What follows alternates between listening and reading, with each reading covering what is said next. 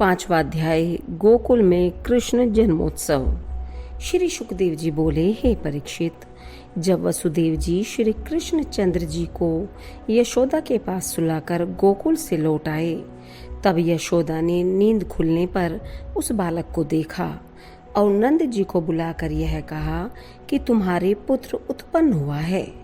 तत्पश्चात नंद यशोदा ने वेद विधि से नांदी मुख श्राद्ध करके ब्राह्मणों तथा याचकों को दान दिया।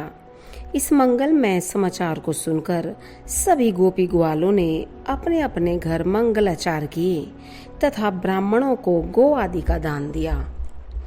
प्रातः काल नंद जी ने ज्योतिषियों को बुलाकर जब बालक के ग्रह आदि के संबंध में पूछा तो उन्होंने यह उत्तर दिया, हे नंदराय, यह बालक राक्षसों को मारकर पृथ्वी का भार उतारेगा तथा गोपीनाथ नाम पाएगा। यह सुनकर नंद ने अत्यंत प्रसन्न होकर 2 लाख गौ, मणि तथा रत्न संयुक्त 7 भार तिल तथा सोने चांदी के घड़ों में दूध, दही, घृत आदि भरवाकर ब्राह्मणों को दान दिया। इसके अतिरिक्त ज्योतिषियों तथा याचकों को भी इतना दान दिया कि फिर उन्हें कोई इच्छा शेष न रही। नंद जी ने अपने द्वार पर रत्न जड़ित चौकी पर बैठकर मंगलामुखियों को नृत्य कराया तथा उन्हें मुंह मांगी वस्तुएं देकर विदा किया। तदुपरांत सब गोपी ग्वाल हिल मिलकर उत्तम वस्त्र आभूषणों को पहन गाते बजाते दही तथा हल्दी छिटकाते थालों में मेवा आदि भरकर नंदराय जी के यहाँ बधावा लाए। जब गोपियों ने यशोदा जी से यह कहा कि हे यशोदा रानी, तुम हमें अपने लाल का मुख दिखाओ, तो यशोदा जी ने प्रसन्न होकर श्री श्याम सुंदर का मुख खोलकर उन्हें दिखा दिया। उस समय श्री कृष्ण चंद्र जी की सांवली सूरत, मोहिनी मूरत देखकर सभी ब्रजबालाएं ठगी से मोहित खड़ी रह गई। फिर आशीर्वाद देती हुई इस प्रकार कहने लगी, हे नंदरानी, तुम्हारा यह बालक लाखों वर्ष तक जीवित रहे। गोपियां आनंद की गाली गाकर नंद जी को सुनाती थी और नंद जी उन्हें सुन सुनकर परम प्रसन्न होते थे। उस समय रोहिणी भी अत्यंत प्रसन्न होकर गोपियों के साथ नृत्य करने लगी। उस शोभा को देखने के लिए सभी देवता विमानों पर बैठकर आकाश में गिराए तथा उन पर पुष्प वर्षा करने लगे। अप्सराएं नाचने लगी तथा किन्नर, गंधर्व आदि बाजे बजाते हुए गीत गा उठे। उस समय देवता अत्यंत प्रसन्न होकर इस प्रकार कह रहे थे कि इन गोकुलवासियों के बड़े भाग्य हैं कि जिन पर ब्रह्म प्रभु का दर्शन ब्रह्मा, शिव आदि देवताओं को ध्यान में भी सहज सुलभ नहीं होता, वे ही यहाँ मनुष्य शरीर धारण कर सबके आनंद की वृद्धि कर रहे हैं। इतनी कथा सुनाकर श्री सुखदेव जी ने कहा, हे परीक्षित, उस दिन नंदराय जी के यहाँ जो आनंद हुआ उसका वर्णन नहीं किया जा सकता। नंद जी ने सभी गोपी ग्वालों को सुंदर भोजन कराए तथा उत्तम उत्तम वस्त्र आभूषण पहनाकर सभी की मनोकामनाएं पूर्ण की। हे परीक्षित, उन्हीं दिनों कैलाशवासी श्री शंकर जी पर ब्रह्मा प्रभु श्री मुरली मनोहर का दर्शन पाने के लिए योगी रूप बनाकर नंदराय जी के द्वार पर भिक्षा मांगने के बहाने जा पहुँचे। वहां उन्होंने भिक्षा न लेकर श्री हरि के दर्शन प्राप्त कर परमानंद को पा लिया। इसके उपरांत जब छठी का दिन आया तब नंद जी ने अपने आंगन को चंदन तथा केसर से लिपवाकर मोतियों का चौक पुरवाया। फिर अपने पुरोहित को बुलवाकर कुल रीत्यानुसार पूजन किया। उस समय यशोदा जी आनंद कंद श्री बजरंगचंद्र जी को पीला कुर्ता तथा पीली टोपी पहनाकर आभूषणों से अलंकृत कर गोद में ले पूजन के लिए बैठी। उस दिन वृषभानु आदि गोप तथा गोपियां कुर्ता, टोपी, आभूषण आदि लेकर नंद जी के लाल को भेंट देने के लिए आ पहुंची। उन्होंने अत्यंत आनंद में भरकर ढोलक बजाई तथा सुंदर मधुर गीत गा गाकर सब ओर प्रसन्नता की धारा बहा दी। नंद राय जी ने सभी गोपियों का यथोचित स्वागत सत्कार किया। फिर उन्होंने भगवान मुरली मनोहर के लिए एक दिन रत्न जड़ित पालना बनवाया। यशोदा जी उस पालने में श्री कृष्ण जी को लिटाकर अत्यंत प्रेम पूर्वक झुलाया करती थी। उन दिनों लक्ष्मी जी की कृपा से सभी गोकुल वासियों को इतना धन प्राप्त हुआ कि उसकी कोई गणना नहीं की जा सकती। सब लोग श्री कृष्ण चंद्र जी के दर्शन पाकर अपना जन्म सफल बनाया करते थे। हे परीक्षित, जब नंद जी को यह समाचार मिला कि कंस ने सभी बालकों को मारने की आज्ञा दी है, तब उन्होंने ग्वालों को सब बातें बताकर इस प्रकार निश्चय किया कि हम लोग पुत्र जन्म की खुशी में राजा कंस को कुछ भेंट दे आए, जिससे राजा प्रसन्न हो जाए और हमारे बालकों को मारे जाने का कोई भय न रहे। इस प्रकार विचार कर नंद जी सब ग्वाल बालों सहित माखन, दूध, दही तथा द्रव्य आदि गाड़ियों में भरवाकर राजा कंस को भेंट देने के लिए मथुरा में जा पहुंचे। कंस ने उनकी भेंट स्वीकार करके उन्हें सम्मान सहित विदा कर दिया। तब वे अपने घर लौट चले। उस समय वसुदेव जी उनके आगमन का समाचार सुनकर यमुना तट पर उनसे भेंट करने के लिए जा पहुँचे तथा कुशल क्षेम पूछकर इस प्रकार कहने लगे, हे नंद जी, आपके समान सच्चा मित्र मैंने किसी को नहीं पाया है। राजा कंस के दुख देने पर मैंने आपके यहाँ अपनी गर्भवती पत्नी रोहिणी को भेज दिया था। आपने उसका तथा उसके जो पुत्र उत्पन्न हुआ था उसका भी पालन हमसे अधिक प्रेम पूर्वक किया। आपके इस उपकार से मैं ऋणी नहीं हो सकता हूँ। हे मित्र, आपके यहाँ पुत्र जन्म का समाचार सुनकर मुझे अत्यंत प्रसन्नता हुई है। आपकी पत्नी यशोदा तथा पुत्र श्री कृष्ण चंद्र अच्छी तरह तो हैं। वसुदेव जी के ऐसे स्नेह भरे वचन सुनकर नंद जी ने उत्तर दिया, हे वसुदेव जी, आपकी कृपा से बलराम आदि सभी अच्छी तरह हैं। बलराम के जन्म के बाद मेरे भी बालक हुआ है, परंतु कंस ने तुम्हें दुख देकर तुम्हारे अन्य पुत्रों को मार डाला। इस दुख से मैं बहुत दुखी रहता हूँ। तब वसुदेव जी ने कहा, हे भाई, विधाता हमारे भाग्य में जो लिख दिया है वह किसी प्रकार मिटाई से नहीं मिट सकता। संसार में जन्म लेकर किसी सुख दुख नहीं उठाना पड़ता। आप मेरे परम प्रिय मित्र हैं, अतः मैं अपने तथा आपके पुत्रों में कोई अंतर नहीं समझता हूँ। परंतु इन दिनों राजा कंस बहुत अत्याचार कर रहा है तथा छोटे छोटे बालकों को मरवा रहा है। इसलिए मैं आपसे यह कहना चाहता हूँ कि आप यह ध्यान सदैव रखें कि कोई राक्षस गोकुल में भी पहुंचकर कुछ उपद्रव न कर बैठे। हे नंद जी, मुझे यह समाचार मिला है कि बालकों को मारने वाली पूतना आज गोकुल की ओर गई है।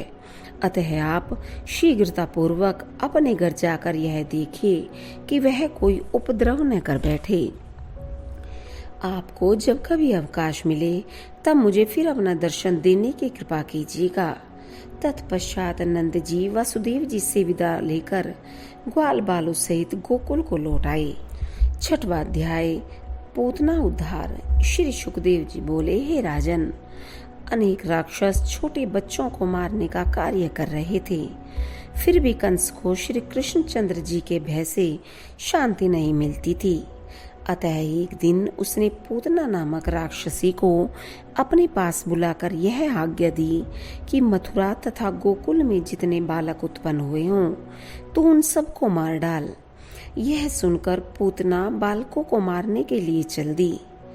उसने अपने मन में यह विचार किया कि गोकुल में नंदराय के यहाँ एक बालक का जन्म हुआ है, सो सबसे पहले मैं गोपी रूप बनाकर वहीं जाऊं और उस बालक को छल से माराऊं। यह निश्चय करके पूतना ने अत्यंत सुंदर गोपी का रूप बनाया। तत्पश्चात अपने स्तनों में विष लगाकर हंसती हुई नंदराय जी के घर में जा पहुंची। भीतर यशोदा आदि स्त्रियों ने भी उसका श्रृंगार तथा सौंदर्य देखकर उसे कोई देवकन्या समझा। अतः वे उसे आदर सहित अपने पास बैठाकर वार्तालाप करने लगी। हे परीक्षित, उस समय आनंद कंद श्री कृष्णचंद्र जी पालने में लेटे हुए झूल रहे थे। जब उन्होंने यह जाना कि पूतना कपट रूप धारण कर मुझे मारने के लिए आई है, तो वे थोड़ा सा मुस्कुरा दिए। उन्होंने मन ही मन में कहा कि अच्छा हुआ जो यह पहले यहीं आ पहुंची, अन्यथा किसी अन्य गोप के घर जाती तो मेरे किसी मित्र अथवा सखा को मार डालती। पूतना ने यशोदा से इस प्रकार कहा, हे बहन, तुम्हारे यहाँ पुत्र जन्म का समाचार सुनकर राजा कंस को अत्यंत प्रसन्नता हुई, सो उनकी आज्ञा से मैं तुम्हारे प्राण प्यारे पुत्र को देखने के लिए आई हूँ। यशोदा ने उत्तर दिया, हे बहन, मेरा लाल पालने में झूल रहा है, सो तुम उसे देख लो। यह सुनकर पूतना पालने के समीप जा पहुंची तथा बोली कि तुम्हारा बेटा करोड़ों वर्ष तक जीवित रहे। इस प्रकार के कपट वचन कहती हुई श्री मुरली मनोहर को बड़े प्रेम पूर्वक पालने से उठाकर उन्हें दूध पिलाने लगी। उस समय श्री श्याम सुंदर अपने दोनों हाथों से पूतना के स्तन दबाकर दूध के साथ उसके प्राण खींचने लगी। तब तो वह अत्यंत व्याकुल होकर यशोदा जी से इस प्रकार कहने लगी, हे यशोदा, तेरा बालक तो यमराज का दूत मालूम होता है। यदि मैं आज इसके हाथ से जीवित बची तो फिर कभी गोकुल में नहीं आऊंगी। इतना कहकर जब वह व्याकुल हो आकाश मार्ग से भागने को हुई, उस समय श्री श्याम सुंदर भी उसके स्तन पकड़कर लटके हुए चले गए। जब वह गोकुल से बाहर जा पहुंची तब श्री कृष्णचंद्र जी ने उसके प्राण खींच लिए। उस समय उस राक्षसी को पृथ्वी पर गिरने से एक ऐसा भारी धमाका हुआ जिसे सुनकर गोकुलवासी अत्यंत भयभीत हुए। वह पूतना राक्षसी 6 कोस के बीच में गिरी, जिससे सैकड़ों वृक्ष टूट गए। जब रोहिणी तथा यशोदा ने उस शब्द को सुना और श्री कृष्ण जी को पालने में नहीं देखा, तब वे रोती पीटती हुई उन्हें ढूंढने के लिए घर से बाहर निकल आई। उस समय सब गोपी ग्वालों ने उन्हें ढूंढते हुए बस्ती से बाहर जाकर यह देखा कि श्री कृष्णचंद्र जी मरी हुई पूतना की छाती पर चढ़े हुए उसके स्तनों को पी रहे हैं। उस समय यशोदा ने दौड़कर उन्हें अपनी गोद में उठा लिया और उन्हें पुचकारने लगी। तदुपरांत जब यशोदा ने अपना स्तन उनके मुख पे लगाया और श्री कृष्ण जी ने दूध नहीं पिया, तब सब गोपियां श्री श्याम सुंदर को गौ की पूंछ का स्पर्श कराकर झाड़ने फूंकने लगी। तदुपरांत यशोदा जी उन्हें लेकर शीघ्रता पूर्वक अपने घर में आ गई तथा देवता पितरों को बहुत प्रकार से मनाने लगी। जब उन्होंने श्री श्याम सुंदर जी की न्योछावर आदि करके दरिद्रों को दूध पिलाया, तब बांके बिहारी भी उनका दूध पीने लगे। उस समय सब गोपी ग्वाल पूतना के मृतक शरीर के पास खड़े होकर यह कहते थे कि इस राक्षसी के गिरने के शब्द सुनने के कारण हमारा कलेजा अभी तक कांप रहा है, तब न जाने कन्हैया की क्या दशा हुई होगी। हे परीक्षित, उसी समय नंद जी ने गोकुल के निकट पहुंचकर यह देखा कि एक बहुत बड़ी राक्षसी मरी हुई पड़ी है और गोकुलवासी पास में खड़े हुए उसे देख रहे हैं। जब नंद जी ने लोगों से उसके मरने का हाल पूछा तो उन्होंने सब वृतांत कह सुनाया। उसे सुनकर नंद जी कहने लगे, हे भाइयों, बड़ी कुशल हुई जो दुष्टा के हाथ से मेरा कन्हैया जीवित बच गया। इतना कहकर नंद जी घर आए और अपने कन्हैया को गोद में लेकर बहुत प्यार करने लगे। उन्होंने उसी समय श्री मुरली मनोहर के हाथों का स्पर्श करा के 6 सहस्त्र दूध देने वाली गौएं ब्राह्मणों को विधि पूर्वक दान की तथा उनके मस्तक पर न्योछावर करके याचकों को बहुत सा धन दान में दिया। तदुपरांत गोकुलवासियों ने फरसे, कुल्हाड़ी आदि से पूतना का शरीर काट डाला तथा एक गड्ढा खोदकर उसकी हड्डियों को गाड़ दिया। जब पूतना का मांस अग्नि में जलाया गया तब उससे ऐसी सुगंध उठी कि उसे सूंघकर सभी गोकुलवासी आनंदित हो गए। यह सुनकर राजा परीक्षित ने कहा, हे सुखदेव जी, उस राक्षसी के शरीर से सुगंध निकलने का क्या कारण था? तब सुखदेव जी ने उत्तर दिया, हे राजन, भगवान मुरली मनोहर ने उसका दूध पीकर उसे अपने हाथों से मारकर पवित्र तथा मुक्त कर दिया था, इसलिए उसके शरीर से ऐसी सुगंध उड़ी थी। हे परीक्षित, देखो, पूतना राक्षसी श्री हरि को विष पिलाकर मारने के लिए आई थी, तो श्री नारायण जी ने उसे ऐसी अच्छी गति दी। जो लोग श्री हरि का भजन करते हैं उन्हें कैसी पदवी प्राप्त होगी?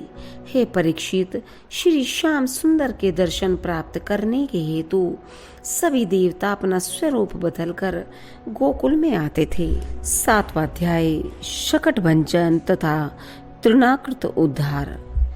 इतनी कथा सुनकर राजा परीक्षित ने कहा, हे सुखदेव जी, जिस प्रकार आपने पूतना की कथा सुनाई उसी प्रकार श्री कृष्ण चंद्र जी की कुछ अन्य बाल चरित्रों का भी वर्णन कीजिए। तब श्री सुखदेव जी बोले, हे परीक्षित, पूतना की दशा सुनकर कंस को यह विश्वास हो गया कि मुझे मारने वाला गोकुल में ही जन्मा है। फिर अपनी सभा में जाकर मंत्रियों से इस प्रकार बोला, हे साथियों, नंद के बालक ने पूतना को मार डाला। इससे मुझे विश्वास होता है कि मेरा काल वही है। अतः मैं उस व्यक्ति को अपना मित्र समझूंगा जो उस बालक को मार डाले, तथा मैं उसे बहुत सा धन दूंगा। कंस के ऐसे वचन सुनकर उन सभी में उपस्थित श्रीधर नामक ब्राह्मण ने ये कहा, हे राजन, तुम चिंता मत करो, मैं उस बालक को मारकर तुम्हें निश्चित किए देता हूँ। तब वह कंस से विदा होकर पंडितों का वेश बनाकर नंदराय जी के घर जा पहुंचा। यशोदा ने उसे देखकर दंडवत करने के उपरांत सम्मान सहित बैठाकर इस प्रकार कहा, हे महाराज, आज आपने यहाँ पधारने की कृपा कैसे की? तब श्रीधर ने स्वयं को पुरोहित बताते हुए उत्तर दिया, हे नंदरानी, मैं तुम्हारे पुत्र की प्रशंसा सुनकर उसके दर्शन के लिए आया हूँ। यह सुनकर यशोदा ने कहा, हे द्विजश्रेष्ठ, मैं स्नान करके अभी आती हूँ, तब आपको अपना लाल दिखा दूंगी। इतना कहकर जब यशोदा स्नान करने के लिए यमुना तट पर चली गई, तब श्रीधर ने यह विचार किया कि इस समय अच्छा अवसर है, मैं कृष्ण को मारकर कंस से बहुत सा धन प्राप्त कर लूंगा। यह विचार कर श्रीधर उस स्थान पर जा पहुंचा जहां बांके बिहारी शयन कर रहे थे। अंतर्यामी प्रभु ने जब यह पहचाना कि श्रीधर अपने मन में दुर्भावना लेकर आया है, तो वे पालने से उतर पड़े। तदुपरांत उन्होंने श्रीधर को पकड़ लिया तथा उसकी जीभ मरोड़ डाली और उसे ब्राह्मण समझकर जान से नहीं मारा। फिर उसके मुंह में दही लगाकर तथा कुछ दही दूध के बर्तन फोड़कर इधर उधर बखेर दिए। इतना करने के बाद वे फिर पालने में लेट गए। कुछ देर बाद जब यशोदा स्नान करके वापस लौटी, तो ब्राह्मण के मुख में दही लगा हुआ देखकर उन्होंने श्रीधर से इस प्रकार कहा, हे ब्राह्मण देवता, तुमने दही दूध खाया, यह तो अच्छी बात की, परंतु मेरे बर्तनों को क्यों तोड़ डाला? जब श्रीधर जीभ मुड़ी होने के कारण कुछ उत्तर न दे सका, तब उसने श्री श्याम सुंदर की ओर संकेत से यह बताया कि बर्तन इन्होंने फोड़ा है, परंतु यशोदा ने उसकी बातों पर विश्वास न करके उसे बाहर निकलवा दिया। हे परीक्षित, जब वह ब्राह्मण लौटकर कंस के पास पहुंचा, तो कंस ने श्री कृष्ण चंद्र जी को मारने के लिए बकासुर नामक राक्षस को भेजा। जब वह गोकुल में पहुंचकर श्री श्याम सुंदर जी के पालने के समीप घात लगाकर बैठा, तब श्री हरि ने गला मरोड़कर उसे उठाकर फेंक दिया। वह कंस के सामने जाकर गिरा। कंस के पास पहुंचकर मरते समय बकासुर ने यह कहा, हे राजन, यह बालक मनुष्य नहीं है। मुझे ऐसा विश्वास होता है कि वास्तव में वही आपका काल है। यह सुनकर कंस ने और अधिक चिंतित होकर अपने सभासदों से कहा कि जब बाल्यावस्था में उसका यह हाल है तो बड़ा होकर यह बालक न जाने क्या करेगा। यदि कोई उसे मार डालता तो मैं उसका बड़ा उपकार मानता। कंस के ऐसे वचन सुनकर शक्टासुर नामक राक्षस उन्हें मारने का विश्वास दिलाकर गोकुल में जा पहुंचा। इतनी कथा सुनाकर सुखदेव जी ने कहा, हे परीक्षित, जिस नक्षत्र में श्री श्याम सुंदर का जन्म हुआ था वही नक्षत्र जिस दिन फिर आया, उस दिन नंद जी ने सब गोकुलवासियों को निमंत्रण भेजा।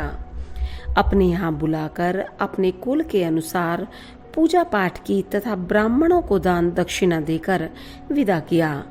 उस समय यशोदा तथा रोहिणी आदि स्त्रियां गीत गा गा कर ग्वालों को भोजन कराने तथा आनंद मनाने लगी। जिस समय सब लोग व्यस्त थे उस समय श्री श्याम सुंदर जी पालने में पड़े हुए भूख के कारण हाथ पैर पटक कर रोने लगे। उसी समय शक्टासुर भी वायु के समान उड़ता हुआ वहां जा पहुंचा। शक्टासुर ने श्री कृष्ण जी को देखकर अपने मन में यह विचार किया कि मैं पूतना की मृत्यु का बदला लूंगा। यह सोचकर वह पालने के समीप लटके हुए एक छकड़े पर जा बैठा। वह छकड़ा हिलने लगा तो कृष्ण जी ने उसे पहचान कर रोते रोते ऐसी लात मारी कि शक्टासुर मृत्यु को प्राप्त होकर कंस की सभा में जा गिरा। उसकी ऐसी दशा देखकर कंस को अत्यंत व्याकुलता हुई। इधर जब छकड़ा गिरा और उसके नीचे रखे हुए दूध दही के बर्तनों के टूटने का शब्द हुआ, उस समय नंदराय आदि सभी दौड़कर श्री श्याम जी के पास आ पहुंचे। यशोदा ने श्री कृष्ण जी को पालने में से उठाकर अपनी गोद में ले लिया तथा उन्हें बारंबार चूमने लगी। उस समय सब लोग आश्चर्यचकित होकर यह विचार करने लगे कि यह छकड़ा टूटकर कैसे गिर पड़ा। उस समय पालने के समीप खेलने वाले कुछ बालकों ने कहा कि नंदलाल ने छकड़े में लात मारी थी, परंतु उन लड़कों की बात पर किसी ने भी ध्यान नहीं दिया। सब यही सोचने लगे कि श्याम सुंदर ने इतना बड़ा छकड़ा कैसे गिराया होगा। उस समय नंद जी ने ब्राह्मणों को बहुत सा दान देकर इस प्रकार कहा कि नारायण जी ही मेरे लाल की हर बार रक्षा करते हैं। हे परीक्षित, जब श्री कृष्ण चंद्र जी 5 वर्ष के हुए तब कंस ने उन्हें मारने के लिए तृणावर्त नामक राक्षस को भेजा। वह आंधी का रूप बनाकर गोकुल में आया। उस समय यशोदा जी श्री कन्हैया जी को गोद में लिए आंगन में बैठी थी। जब श्री कृष्ण जी ने तृणाव्रत के आगमन का हाल जाना तो उन्होंने अपनी देह को इतना फुलाया कि यशोदा ने उन्हें गोद से उतारकर पृथ्वी पर सुला दिया। उसी समय ऐसी जोर की आंधी आई कि धूल उड़ने से दिन रात्रि के समान हो गया। वृक्ष गिरने लगे तथा छप्पर उखड़कर दूर जा पड़े। उस समय यशोदा जी घबराकर श्री कृष्ण जी को उठाने के लिए आंगन में दौड़ी आई। त्यों ही तृणाव्रत श्री कृष्ण जी को उठाकर ऊपर आकाश में ले गया। जब यशोदा जी ने अपनी कन्हैया को वहां नहीं देखा तब वे रुदन करने लगे। उन्होंने नंद जी को पुकारते हुए कहा कि आपका पुत्र आंधी से उड़ गया है। यह सुनते ही नंद जी सहित गोपी ग्वाल वहीं दौड़े आए तथा श्री कृष्ण जी को नाम ले लेकर उन्हें चारों ओर ढूंढने लगे। यशोदा तथा रोहिणी भी ढूंढने को निकल पड़ी। हे परीक्षित, श्री हरि ने जब सब लोगों को अत्यंत व्याकुल देखा तब उन्होंने तृणाव्रत का गला दबाकर नंद जी के द्वार के पत्थर पर पटक दिया तथा उसके प्राण लेकर मुक्ति दे दी। उसके मरते ही आंधी पल भर में दूर हो गई। उस समय उसके गिरने का शब्द सुनकर सब गोपी ग्वाल दौड़े दौड़े वहां आए जहां राक्षस की छाती पर लेटे हुए श्री कृष्ण जी खेल रहे थे। यह देखते ही गोपियों ने दौड़कर श्री कन्हैया जी को उठा लिया। तब सब लोगों ने इस प्रकार कहा कि न जाने पूर्व जन्म के कौन से पुण्यों का उदय हुआ जिसके कारण हमारे प्राण प्यारे इस राक्षस के हाथों जीवित बचे हैं। यह सुनकर नंद जी ने कहा, हे भाइयों, मुझे वासुदेव जी ने यह बताया था कि इन दिनों बहुत उपद्रव उठेगा, सो वैसी ही बातें देखने में आ रही हैं। तब गोपियों ने यशोदा जी से इस प्रकार कहा कि तुमने घर के काम को अपने प्राण प्यारे से बढ़कर समझा, यह ठीक नहीं हुआ। तुम्हें श्याम सुंदर को आंगन में इस प्रकार अकेला नहीं छोड़ना चाहिए था। यह सुनकर यशोदा बहुत लज्जित होकर बोली, आज मैंने अपने अज्ञान का दंड पा लिया, अब आगे मैं कभी भी इसे अकेला नहीं छोड़ूंगी। उस दिन से यशोदा जी आठों प्रहर श्री कृष्ण जी को छाती से लगाकर रखने लगी तथा उनकी बाल लीलाओं को देखकर सुख पाने लगी। वे कभी भी श्री कृष्ण जी को पालने में सुलाकर झुलाती तो कभी गोद में लेकर खिलाती थी। हे परीक्षित, एक दिन यशोदा जी श्री मुरली मनोहर को गोद में लिए हुए बड़े प्रेम से उनका मुख चूम रहे थे। उसी समय श्री हरि हंस दिए।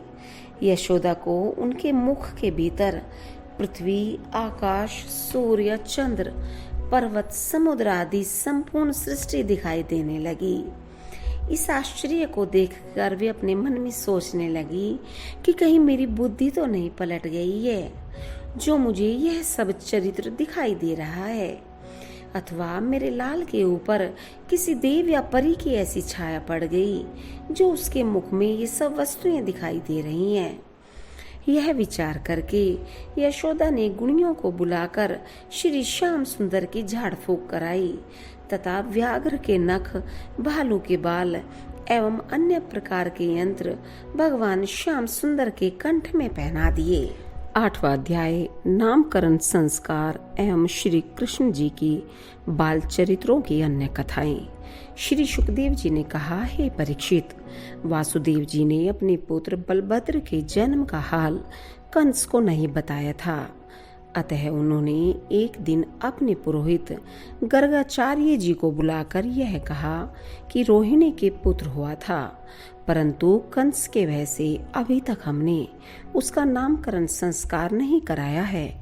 अतः अब आप गोकुल में जाकर उसका नाम रखाइए। यह सुनकर गर्गाचार्य जी प्रसन्न होकर गोकुल में जा पहुँचे। उनका आगमन सुनकर नंद यशोदा प्रसन्न होकर सब ग्वाल बालों सहित उन्हें सम्मान पूर्वक अपने घर लिवा लाए। फिर हाथ जोड़कर इस प्रकार कहने लगे, हे गर्गाचार्य जी, हमारे धन्य भाग्य हैं जो आपने अपने दर्शन देकर हमें कृतार्थ किया। अब अपने आने का कारण कहिए। गर्गाचार्य जी बोले, हे नंदराय, मुझे वासुदेव ने अपने पुत्र का नामकरण करने के हेतु भेजा है।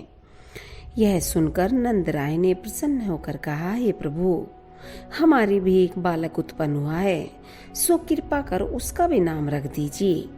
गर्गाचार्य जी बोले, हे नंद जी, किसी ने कंस से जाकर यह कह दिया कि गर्ग मुनि नंद के पुत्र का नाम रखने के लिए गोकुल में गए थे, तो न जाने वह तुम्हें क्या कष्ट दें।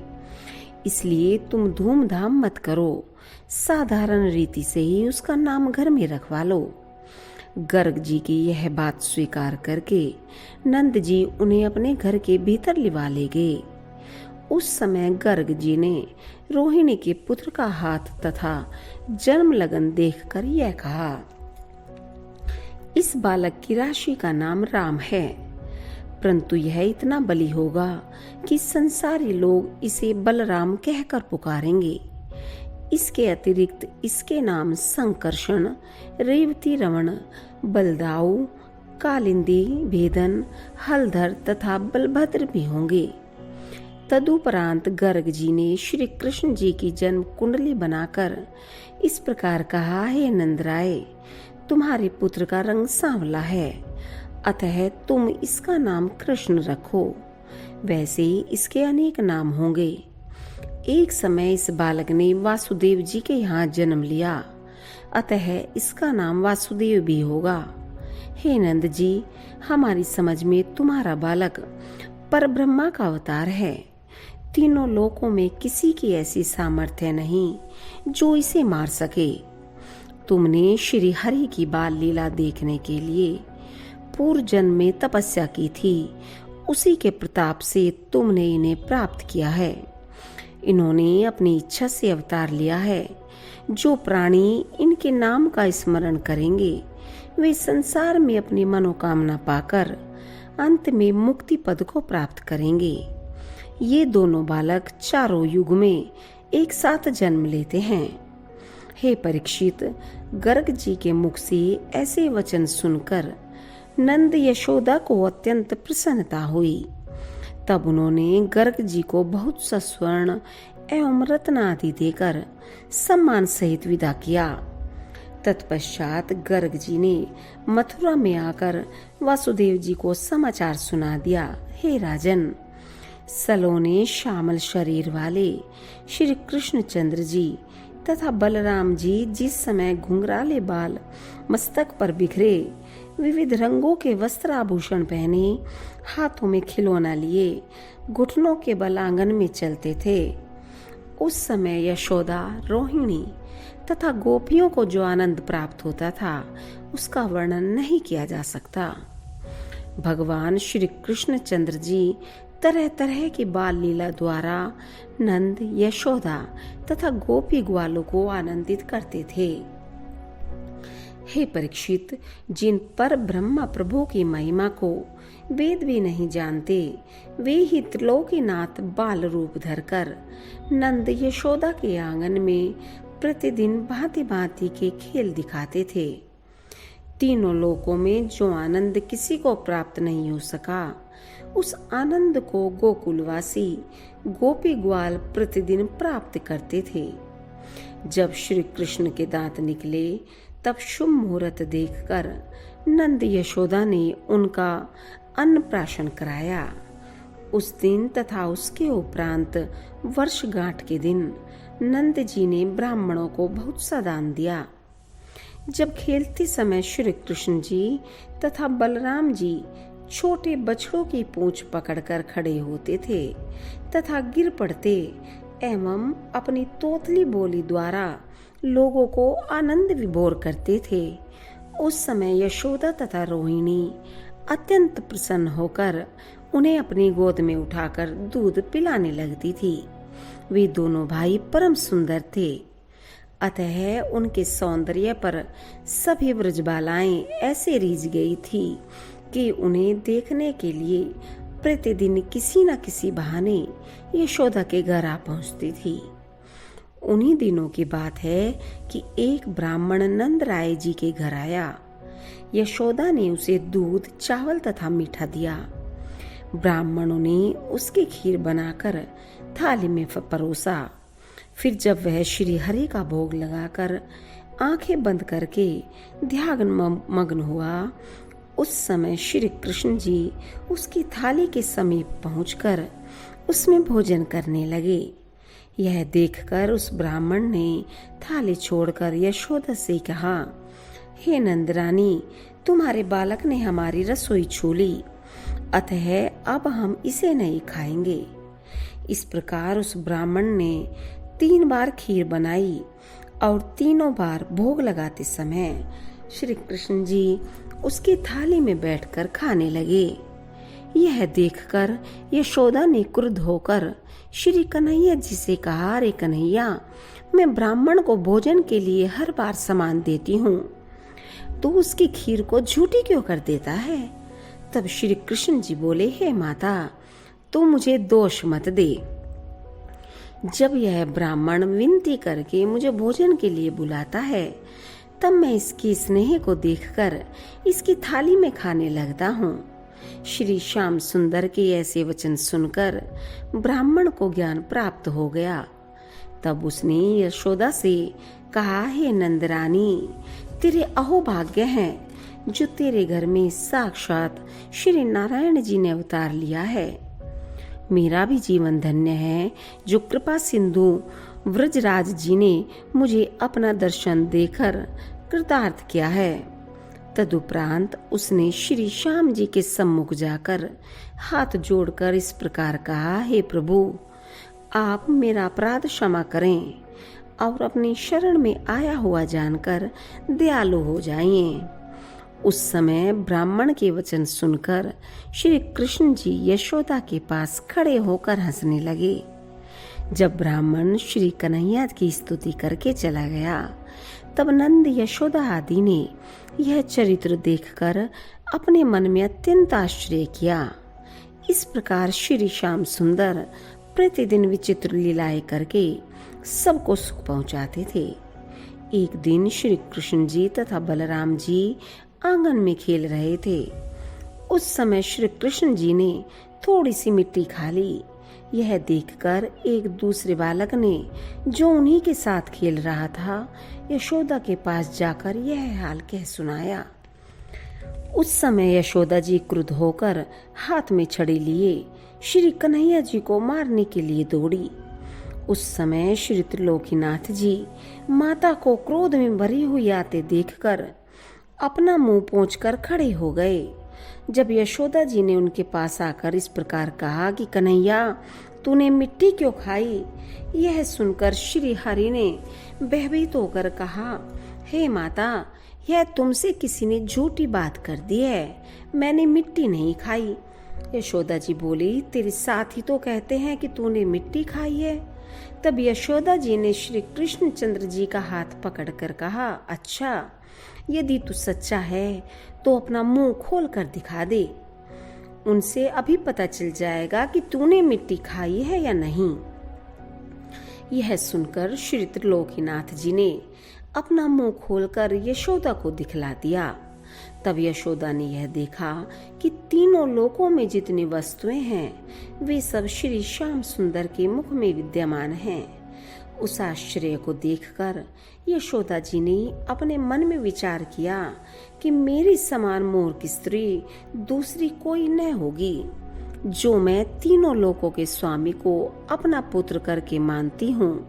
यह बालक साक्षात श्री पर ब्रह्म प्रभु का अवतार है, क्योंकि मैंने 2 बार इसके मुख में संपूर्ण सृष्टि को देखा है। उस समय श्री श्याम सुंदर ने यह विचार किया, अभी मुझे बहुत से मनुष्य लीलाएं करनी हैं, अतः स्वयं को प्रकट नहीं करना चाहिए। यह निश्चय करके उन्होंने यशोदा के ऊपर अपनी माया फैला दी।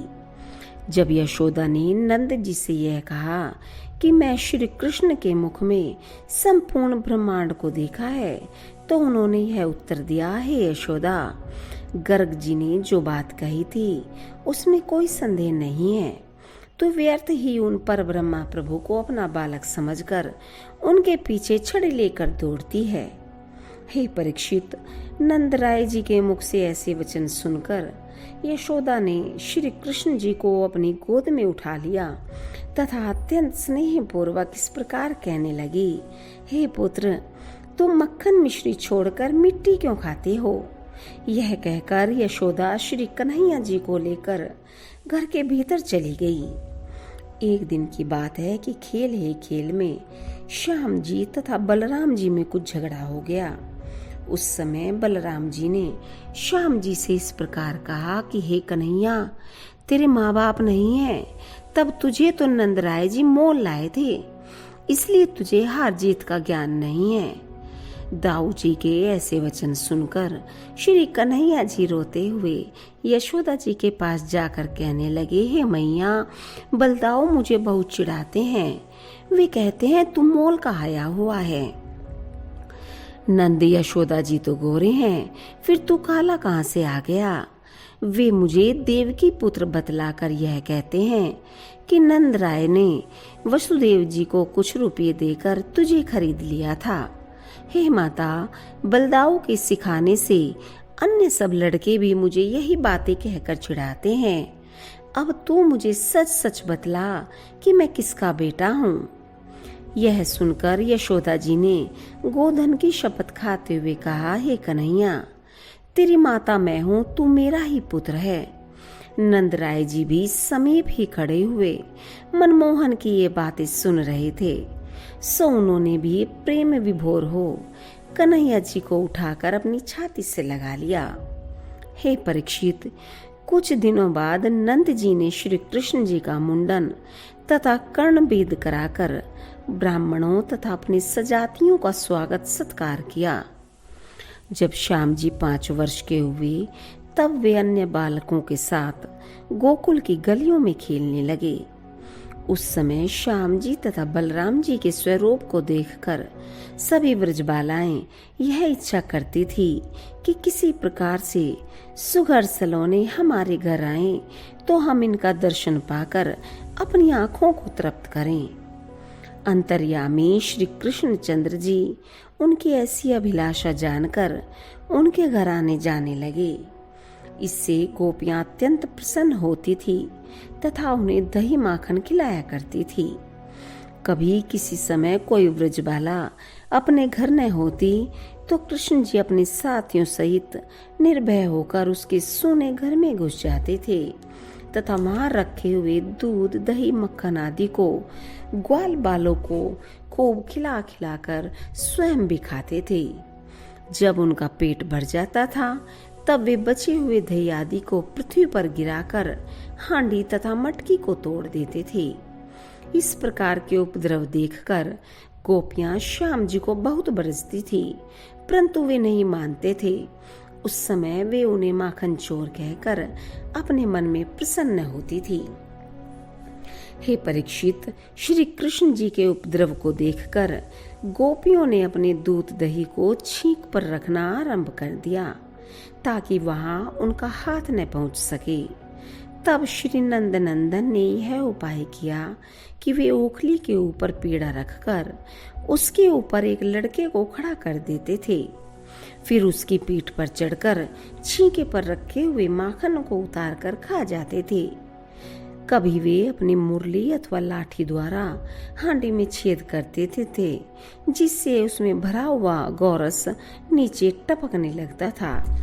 उस समय वे उसे अपनी अंजुली में भरकर बड़े प्रेम से पीते थे। यह दशा देखकर जब कोई गोपी क्रोध करके उनके समीप आती थी तब उनकी मोहिनी सूरत को देखकर हंसकर रह जाती थी। कभी कभी गोपियां माखन खिलाने का लालच देकर ताली बजा बजा कर श्री कन्हैया जी को अपने घर में नचाती थी। हे परीक्षित, कभी कभी गोपियां यशोदा के पास जाकर यह उलाहना देती थी कि तुम्हारे मनमोहन ने हमारे दूध दही को चुरा कर खा लिया तथा अन्य बालकों को खिलाकर हांडी मटकी फोड़ डाली है। हम छींकों के ऊपर अपना सामान रखती हैं तो भी वे नहीं मानते। हम तुम्हारा संकोच कहाँ तक करें? वे यदि अकेले ही खाएं तो भी संतोष रहे, परंतु शेष बचे हुए गोरस को फैला देते हैं। अतः हे यशोदा, तुम अपनी कन्हैया को ऐसा करने से रोक दो। ऐसे अवसरों पर श्री कन्हैया जी बड़ी दीनता का प्रदर्शन करते हुए यशोदा जी से कहते थे, हे मैया, ये गोपियां मुझे मिथ्या दोष देती हैं। किसी अन्य ग्वाल बाल ने इनका दूध दही खा लिया होगा। इन्हें मेरा नाम लेने की ऐसी आदत पड़ गई है कि ये प्रतिदिन तुम्हारे पास आकर मेरी चुगली खाती हैं। भला तुम ही सोचो, मैंने इनके छींके पर रखी हुई वस्तुएं किस प्रकार उतारी होंगी। मैं तो अपना घर छोड़कर कभी बाहर नहीं निकलता। हे माता, ये सब गोपियां मुझे यमुना तट अथवा घाट बाट से पकड़कर जबरदस्ती अपने घर ले जाती हैं। उस समय कोई मेरा मुंह चूमती है, कोई कपड़े खींचती है, कोई टोपी उतार लेती है तथा कोई मेरे गाल पे थप्पड़ मारती हुई यह कहती है कि तू हमें अपना नाच दिखला। हे मैया, इस प्रकार ये सब मुझे बहुत दुख देती हैं। श्री नंदनंदन के ऐसे मीठे वचन सुनकर यशोदा जी गोपियों की बातों पर विश्वास नहीं करती थी। वे कन्हैया जी को गोद में उठाकर हृदय से लगा लेती थी। उस समय सब गोपियां भी श्री कृष्णचंद्र जी की प्यार भरी मीठी मीठी बातें सुनकर अपना उलाहना भूलकर हंसते हुए घर लौट जाती थी। परंतु श्री बांके बिहारी यशोदा के समझाने पर भी माखन का चोरी करना नहीं छोड़ते थे। जब गोपियां उलाहना देने के लिए आती तो उस समय यशोदा जी उन्हें उत्तर देती थी कि यह काम मेरे कन्हैया का नहीं है। भला तुम ही बताओ कि वह छींके पर किस प्रकार पहुंचता होगा। यह तो किसी अन्य ग्वाले की करतूत है। तुम मेरे लाल को व्यर्थ दोष लगाती हो। हे गोपियों, यदि तुम सच्ची हो तो माखन चुराते समय मेरे लाल को क्यों नहीं पकड़ा? नंद रानी के ऐसे वचन सुनकर सब गोपियां अपने अपने घर लौट जाती थी। हे राजन, कन्हैया जी के उत्पात को देखकर व्रजबालाओं ने उन्हें चोरी करते समय पकड़ने का विचार किया। अतः जब उन्होंने कभी नंदलाल को चोरी करते हुए पकड़कर यह पूछा, तुमने हमारे घर में आकर माखन की मटकी में हाथ क्यों डाला है, उस समय श्री बांके बिहारी ने उन्हें यह उत्तर दिया, हे गोपी, मैं इस घर को अपना घर समझकर धोखे से यहाँ चला आया था। जब मैंने यह देखा कि दही में चींटी पड़ी है तो मैंने उसे निकालने के विचार से इस मटकी में हाथ डाल दिया है। यदि कोई व्रजबाला उन्हें दही खाते समय देख लेती और यह कहती थी कि अरे माखन चोर, तुम हमारी दही क्यों खा रहे हो, उस समय कन्हैया जी उसे आंख के इशारे से पास बुलाकर अपने मुंह में भरे हुए दही का कुल्ला उसकी आंखों पर कर देते थे। वह जब तक अपना मुंह पोंछती तब तक वे भागकर अपने घर आ जाते थे। नंद रानी कन्हैया जी को प्रतिदिन यह समझाती थी कि बेटा, मेरे घर में दूध देने वाली 9 लाख गायें हैं, अतः तुम किसी पराये घर में जाकर दूध दही की चोरी मत किया करो। तुम्हें जिस वस्तु की आवश्यकता हो वह घर में ही ले लिया करो। गोकुल वाले जब तुम्हें माखन चोर कहकर पुकारते हैं उस समय लज्जा से किसी को अपना मुंह नहीं दिखा पाती। हे लाल, जब हाट में दूध दही बेचने वाली ग्वालिनी मेरे घर आकर तेरा उलाहना देती है तब मैं लज्जा से मर जाती हूँ। यदि तू अपने स्वभाव को नहीं छोड़ेगा तो नंदराय जी तुझे मारेंगे। तू बड़े पिता का पुत्र होकर भी अपना नाम चोर क्यों रखवाता है। यशोदा जी के यह वचन सुनकर श्री मुरली मनोहर उत्तर देते, हे माता, अब मैं गोपियों के घर कभी नहीं जाऊंगा। इतने पर भी जब श्री श्याम सुंदर ने दही खाना नहीं छोड़ा तब सब गोपियों ने यह निश्चय किया कि एक दिन माखन चोर मनमोहन को दही सहित पकड़कर यशोदा के पास ले जाएं। अस्तु एक दिन जब श्री कृष्णचंद्र जी कई ग्वाल बालों के साथ किसी व्रजबाला के घर में घुसकर माखन आदि चुरा कर खा रहे थे, उस समय कई गोपियों ने मिलकर उन्हें पकड़ लिया। अन्य बालक तो भाग गए, केवल मनमोहन ही वहां रह गए। जब वे उन्हें साथ लेकर यशोदा के पास चली तो मार्ग में ही श्री वैकुंठनाथ ने यह खेल किया कि जो गोपी उनका हाथ पकड़े चल रही थी उसके हाथ में उसी के पति का हाथ पकड़ा दिया तथा उस पुरुष के मुंह पे दही लगाकर आप वहां से अंतर ध्यान हो गए। परंतु उस गोपी को इस भेद का कोई पता नहीं चला। जब वह अन्य व्रजबालाओं के साथ यशोदा जी के पास जाकर यह कहने लगी कि हे यशोदा, तुम्हारे लाला के कारण गोकुल में गोरख नहीं बचा है। ये प्रतिदिन हमारे दही, दूध, माखन आदि को चुरा कर खा जाते हैं। जब इन्हें कोई पकड़ता है तो ये बहाना बना देते हैं कि इसने जबरदस्ती मेरे मुख में माखन लगा दिया है।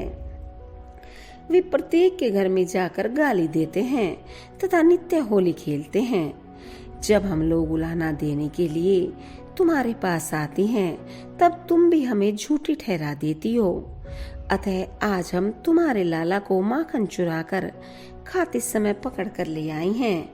अब तुम जो चाहो वह करो। गोपियों की ऐसी बातें सुनकर यशोदा ने कहा, हे सखी, मेरा मनमोहन कहाँ है? तुम अपने चोर का मुख तो देखो, तब तुम्हें स्वयं यह पता चल जाएगा कि तुम कहाँ की सच्ची हो। मेरा लाला तो कल से घर के बाहर ही नहीं निकला है। यशोदा जी के ऐसे वचन सुनकर जब उस गोपी ने अपने चोर का मुख देखा तो उसे वहां अपना पति दिखाई दिया। यह चरित्र देखकर गोपी ने उसका हाथ छोड़ दिया तथा मन ही मन लज्जित होकर हंसने लगी। उस समय यशोदा जी ने गोपियों से कहा, हे गोपियों, तुम झूठा दोष लगाती हो।